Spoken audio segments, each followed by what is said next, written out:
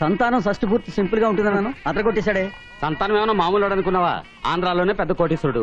ఆయనకి export import లాంటి బిజినెస్లు ఎన్నో ఉన్నాయి. ఆయన షష్టి పూర్తి సింపుల్ గా జరుగుతుందా? కృష్ణ, ఇన్విటేషన్ మర్చిపోకుండా అందరికి ఇచ్చావు కదా? అందరికి ఇచ్చాను నాన్న. తర్వాత మరో విషయం. సంతానం, నీకు నా దిష్టే తగిలేలా ఉంది.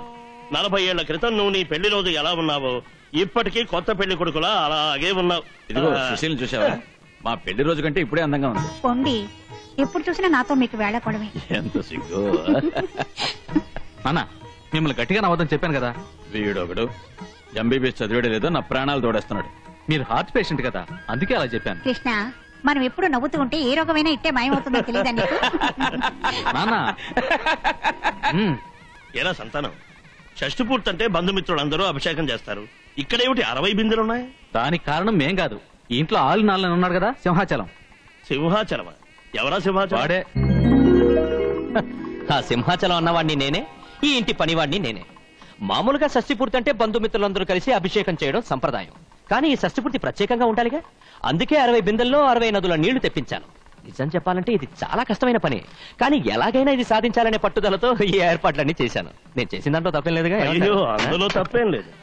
సరే, ముందు మీరు కూల్ డ్రింక్ తీసుకోండి. సింహాచలం, ఏమీ కావాలా? ముహూర్తం దగ్గర పడింది, అందరిని పిలువు. ఒక్కొక్కళ్ళు నీళ్లు పోస్తారు. మా ఇంటి పెద్దన్నయ్య అరుణాచలం.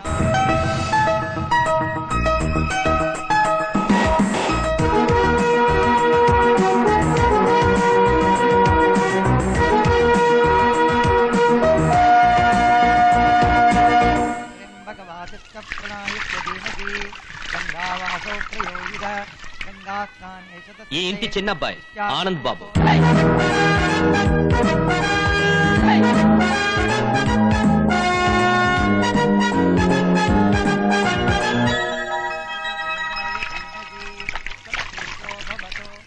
చంటబ్బాయి శశాంక్.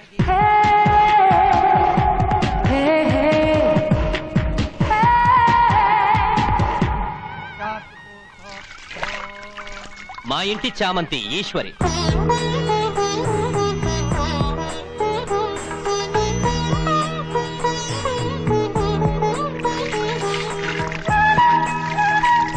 అల్లరి పిల్ల ఉమా.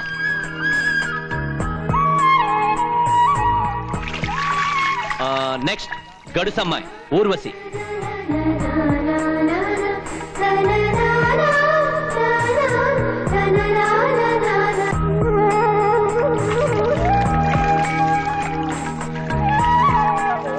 ఈ ఇంట్లో పూచిన గుచ్చుకోని గులాబీ ఐశ్వర్య.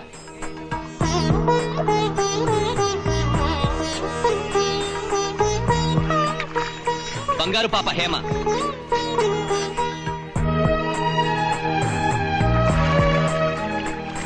తర్వాత మా ఇంటి మహాలక్ష్మి ఇంద్రాణి. రామా, వద్దులే, నేనే వస్తున్నా.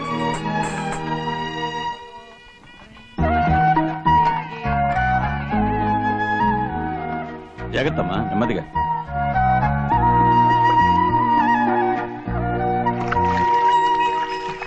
జాగ్రత్తమ్మా.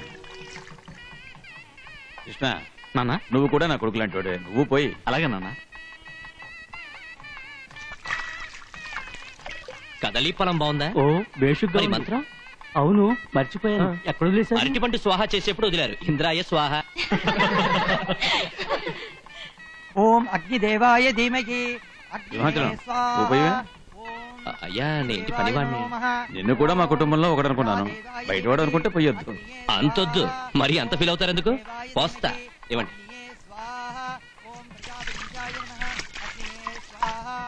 రారా నలరామూర్తి, ఏమిట్లా బక్క చిక్కిపోయి నాకు తాతరా తయారయ్యావు? నాకు ఫ్రెండ్ అని బయట చెప్పకు, నాకు వయసు అయిపోయింది అనుకుంటా. ఏం చేయమంటారో సంతానం, ఒక తండ్రిగా నా బిడ్డల యోగక్షేమ గురించి దిగులు పడుతూ ఉండటం వల్లే నేను ఇలా చిక్కిపోయాను. నువ్వు నీ బిడ్డల గురించి ఎప్పుడు ఆలోచించావు కనుకనే ఈ వయసులో ఇంకా కుర్రాళ్ళ ఉన్నావు.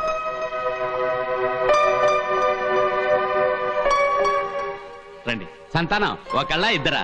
కొడుకులు కూతుళ్ళు కలిసి 9 మంది ఉన్నారు. వాళ్ళందరికీ పెళ్లిళ్లు చేసి అల్లుళ్ళు కోడళ్ళు వచ్చి మనవలు మనవరాలు పుట్టాక అప్పుడు షష్టిపూర్తి చేసుకోవాలి. నీది మరీ స్వార్థంగా ఉందిరా. ఎంతసేపు నువ్వు వచ్చామా నీళ్లు పోసామా వెళ్ళామా అని కాకుండా లొడలొడని వాగుతారేంటి? ముందు నీళ్లు పోయింది. సరే అలాగే. కొత్త కొత్త పెళ్లి కొడుకులా నువ్వు పీటల మీద కూర్చోవడం కాదురా, పిల్లలందరికీ పెళ్లిళ్ళు చేసి వాళ్ళు పీటల మీద కూర్చుంటే నువ్వు అక్షంతరం వెయ్యాలి. అసలు ఆ విషయం మర్చిపోయినట్టున్నావు.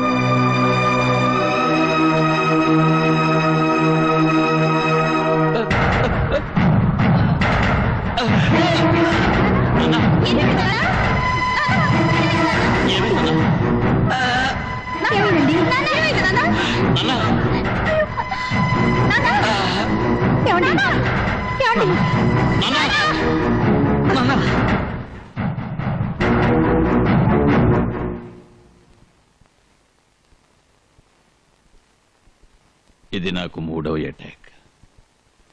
ఇందులో నువ్వు జయిస్తావా లేక యముడు జయిస్తాడా? మీ ప్రాణానికి ఏ ప్రమాదం లేదు నాన్న.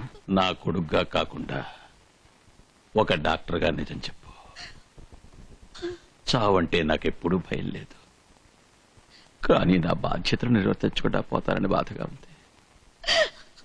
మీ మనసులో ఏముందో నాతో చెప్పండి నాన్న. ఇంత పెద్ద భారాన్ని నీ ఒక్కడి భుజాల మీద పెట్టడానికి నాకు మనసు రావటం లేదు. నాకు 2 ఏళ్ల వయసు నుంచి నన్ను ఎత్తుకుని పెంచారు. నేను డాక్టర్ కోర్సు పూర్తి చేసే వరకు నాకు అండగా ఉన్నారు. మా అమ్మ నాన్న యాక్సిడెంట్లో చనిపోయింది కూడా మీరు చెప్తేనే నాకు తెలిసింది. మీకోసం ఏం చేయాల్సి వచ్చినా సరే అది నాకు భారం కాదు, నా బాధ్యత. మీ బిడ్డగా నా బాధ్యత. నేనేం చేయాలో చెప్పండి నాన్న. నా కొడుకులకు కూతుళ్లకు అందరికీ నా స్థానంలో ఉండి నువ్వు పెళ్లిళ్ళు జరిపించాలి. అది నేను కన్ను మూసేలోగా జరగాలి. అప్పుడే నేను చనిపోయినా కూడా నా ఆత్మ శాంతిస్తుంది. మీ ఆశ తప్పకుండా నెరవేరుతుంది నాన్న. నేను నెరవేరుస్తాను. ఏవయ్యా, ఈ రోజు పేపర్లో విచిత్రమైన ప్రకటన వచ్చింది, చూసావా? చదువు వింటాను. పెళ్లి కొడుకులు పెళ్లి కూతుళ్లు కావాలను, 3 పెళ్లి కొడుకులకు పెళ్లి కూతుళ్లు కావాలను, 6 పెళ్లి కూతుళ్లకు పెళ్లి కొడుకులు కావాలను.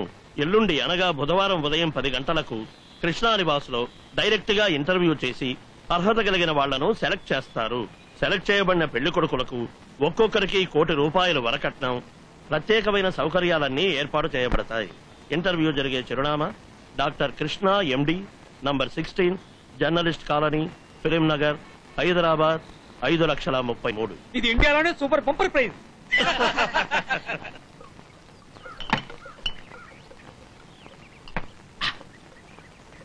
ఈ సంవత్సరం మన కాచిన సరుకులో సూపర్ టేస్ట్ అంటే ఇదేరా. సరుకు అంటే ఇలా ఉండాలి. ఏ పాండు, ఏంటారు ఎప్పుడు రాత్రిలో వచ్చాడువి, ఇప్పుడు పగలే వచ్చేసావే? సూపర్ గా ఉంది, కొంచెం తాగి చూస్తావా? ఊరుకోరా, బుర్ర వేడికిపోతుంటే అత్తాగు ఇత్తాగు అంటావు. వేడిగా ఉన్నప్పుడు ఇది తాగితేనే చలవ చేస్తుంది. అది వదిలే, ఇది తాగు. ఏమొద్దు, నువ్వు నాతో రా. రా, ఇది తీసుకు. నీతో ఒక ముఖ్యమైన విషయం చెప్పాలి. రా. మా నాన్నగారికి చాలా సీరియస్ గా ఉందిరా, హాస్పిటల్ అడ్మిట్ చేశాం. అలాగా, నాతో చెప్పలేదే? నువ్వు ఊరికే మధ్యలో మాట్లాడుకో. ఆయన అందరి పిల్లలకు ఒకే పందిట్లో పెళ్లి చేయాలని ఆశపడుతున్నారు. మా తమ్ముడికి అమ్మాయిని చూసినట్టు నాకు అమ్మాయిని చూసి నా తలకు కట్టు పెడితే, అందుకే ఏదైనా ఐడియా ఇస్తా నీ దగ్గరకు వచ్చా. వాళ్ళు చూసిన అమ్మాయికి తాళిగట్టి సంసారం చేయి, ప్రాబ్లం ఏముంది? అందులోనే ప్రాబ్లం ఉంది. ఏంటి? నేను ఒక అమ్మాయికి పెళ్లి చేసుకుంటానని మాట ఇచ్చాను. ఓ, లవ్ చేస్తున్నావా? అలాగైతే వాళ్ళతో చెప్తే వాళ్ళే పెళ్లి చేస్తారుగా. అందులోనే చిక్కుంది. అయితే లేవ తీసుకెళ్ళు. దానికి మా వాళ్ళు ఒప్పుకోరే. ఏంటి, మన జాతి కాదా? అయినా పర్వాలేదు, మన మతం కాదా? అది ఎలాగో సర్దుకోవచ్చు. ఉంటిదా? వేరే ఏదైనా కళ్ళు కనిపిస్తా? అమ్మాయి సూపర్ గా ఉంటుంది. అరే మరి ఇంకేంటయ్యా ప్రాబ్లం? చెప్పు, చెప్తేనే కదా అర్థమైంది.